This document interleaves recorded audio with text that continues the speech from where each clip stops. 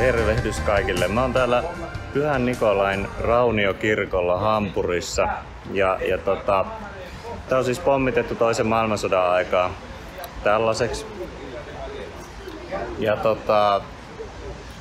Tää on ollut aikanaan maailman korkein rakennus, mikä on hyvin hämmentävää ja mielenkiintoista toki, mutta se historiasta meitä nimittäin kiinnostaa se, että täällä on kuvattu Michele Soavin The Church La Chiesa-elokuvan loppukohtaus, missä Asia Argento vie kukkia vanhempiensa haudalle ja sitten sieltä avautuu se sellainen portaali, johon hän kurkistaa.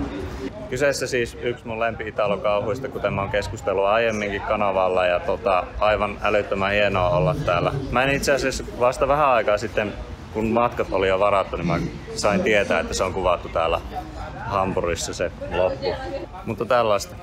Mennään katsomaan.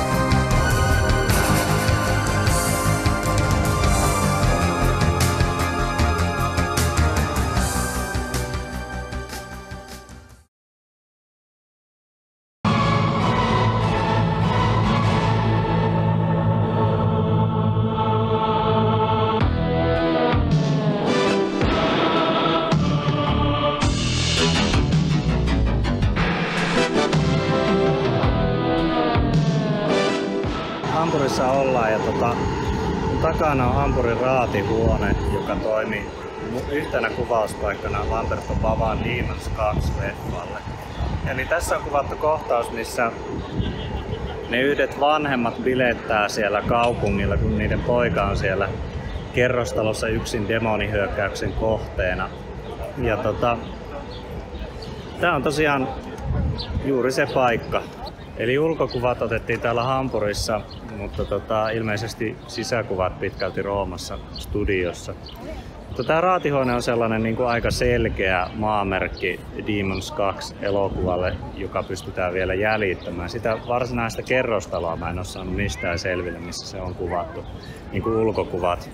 Mutta lisäksi on Hampurin katukohtauksia, kun nämä ryökäleet ajelee autolla siellä ja näin, mutta valitettavasti niistäkään en ihan tarkkaan pysty sanoa missä kohtaa, mutta raatihuone toimii tällaisena reliikkinä Demons 2 elokuvalle nyt sitten.